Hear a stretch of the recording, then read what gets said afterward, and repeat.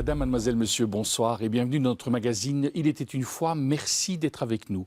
Aujourd'hui, Il était une fois, la paix, ça s'apprend. Guérir de la violence et du terrorisme, un livre qui vient d'être publié chez Actes Sud, coécrit par Thomas Dansbourg et David Van Reenbroek. Thomas Dansbourg, bonsoir. Bonsoir. Merci d'avoir accepté notre invitation pour nous présenter ce livre. Alors, pourquoi avoir écrit ce livre cette fois ? Nous avons réagi, David et moi, aux attentats du Bataclan d'abord et qui sont vite relayés avec l'attentat de Bruxelles, les attentats de Bruxelles. Et nous avons réalisé qu'on ne peut pas se contenter des mesures de sécurité, renforcement des frontières et de traitement du symptôme. Il nous est apparu que le terrorisme est un épiphénomène d'un malaise extrêmement profond de la société et qu'il est peut-être intéressant d'aller voir qu'est-ce qui génère un tel malaise, un tel retour de flamme.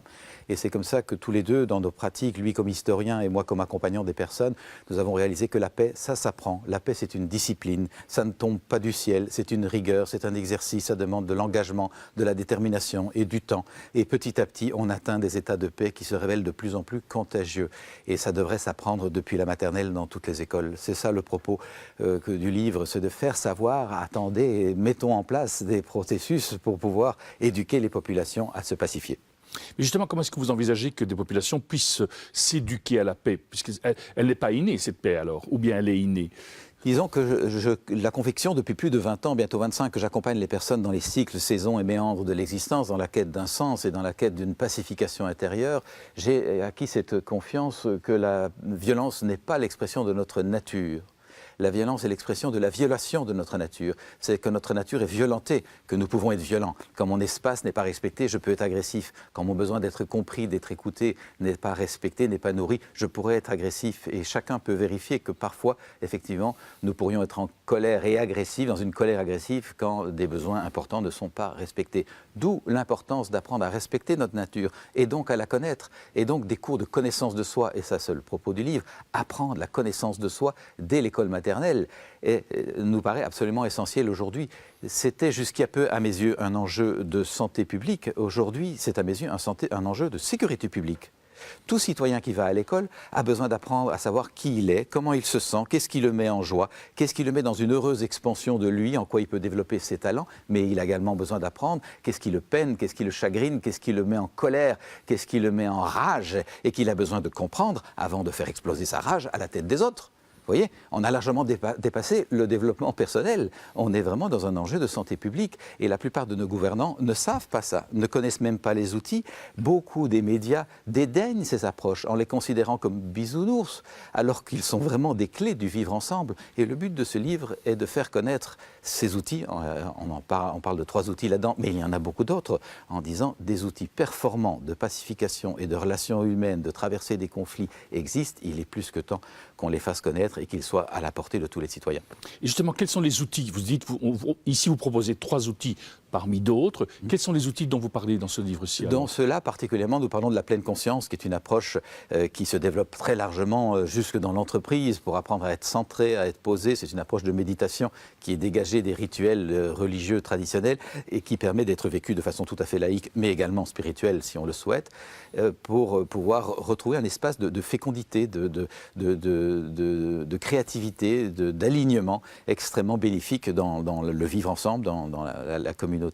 Et nous parlons également de l'approche de la communication non violente que moi j'enseigne depuis des années et qui est enseignée de plus en plus dans toutes sortes de milieux, depuis les maternelles en passant par les prisons jusqu'au cockpit d'avion, parce que s'il y a bien un endroit où on n'a pas envie d'avoir un conflit violent, c'est un cockpit d'avion.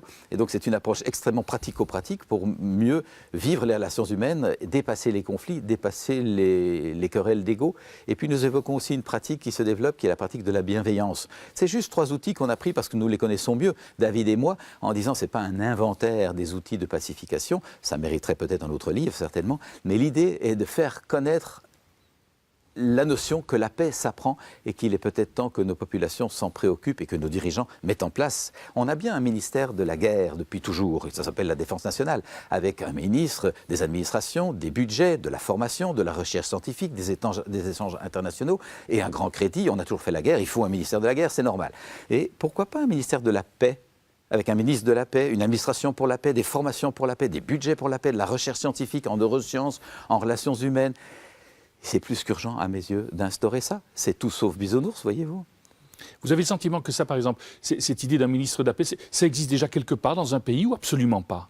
J'en ai pas connaissance.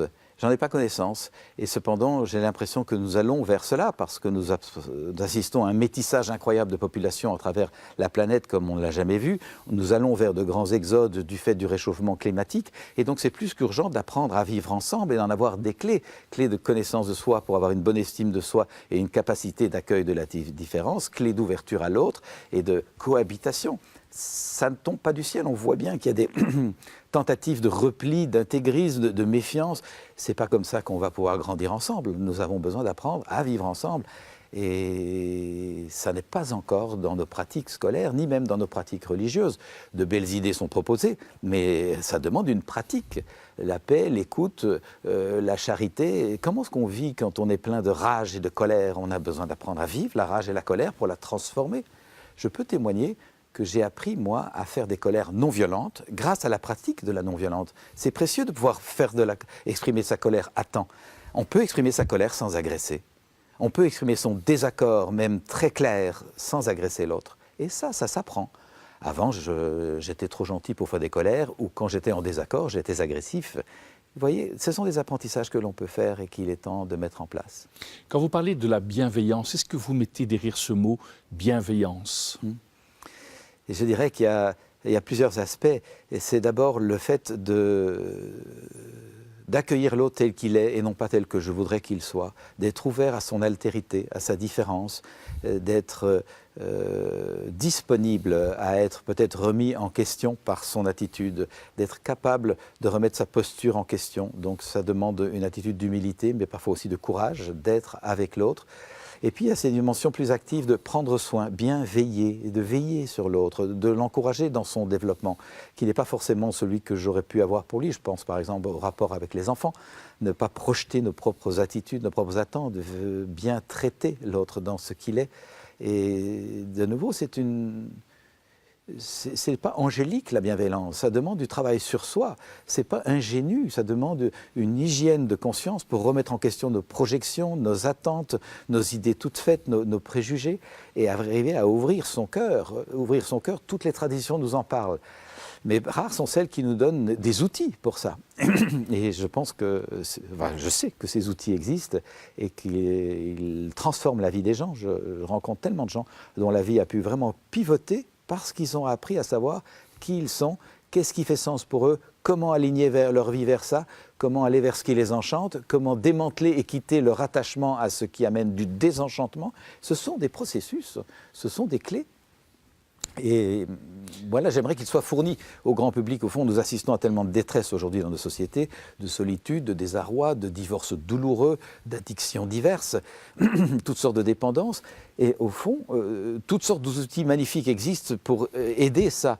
Ne pas les promouvoir, ne pas les afficher, ne pas les faire connaître est une sorte de non-assistance à personne en danger, d'où l'idée de ce petit ouvrage. C'est un cri, c'est un forme de cri ou une bouteille que vous lancez pour dire réveillez-vous maintenant, mettez en place une éducation à la paix. Absolument, absolument. On ne peut pas laisser les gens se noyer dans la rivière en regardant la bouée en ne sachant même pas qu'il y a une bouée de sauvetage. On a besoin d'apprendre à acheter la bouteille de sauvetage ou soi-même apprendre à nager pour aider la personne. C'est des apprentissages que nous avons besoin de faire aujourd'hui et ça va au-delà des belles paroles là-dessus. C'est une pratique, c'est vraiment de ça dont il s'agit.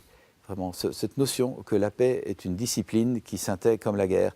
Et nous avons une énorme capacité d'apprentissage. J'ai moi-même pas encore eu l'occasion de faire un service militaire qui m'a beaucoup appris. J'ai eu l'occasion d'être officier chez les paracommandos.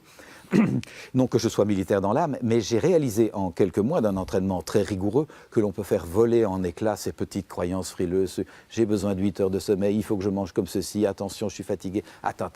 Tout ça, c'est de la frilosité. Notre vie va bien au-delà de ça. On a une grande capacité d'apprentissage. C'est ce que je vous propose de réaliser. Thomas Dansebourg, merci. Je rappelle le titre de votre livre, La paix, ça s'apprend, guérir de la violence et du terrorisme. Merci Nous beaucoup. arrivons déjà au terme de notre magazine. Merci d'être resté avec nous. Au nom de toute l'équipe qui l'a préparé, il ne me reste qu'à vous souhaiter une excellente soirée. Je vous dis à très bientôt. Merci.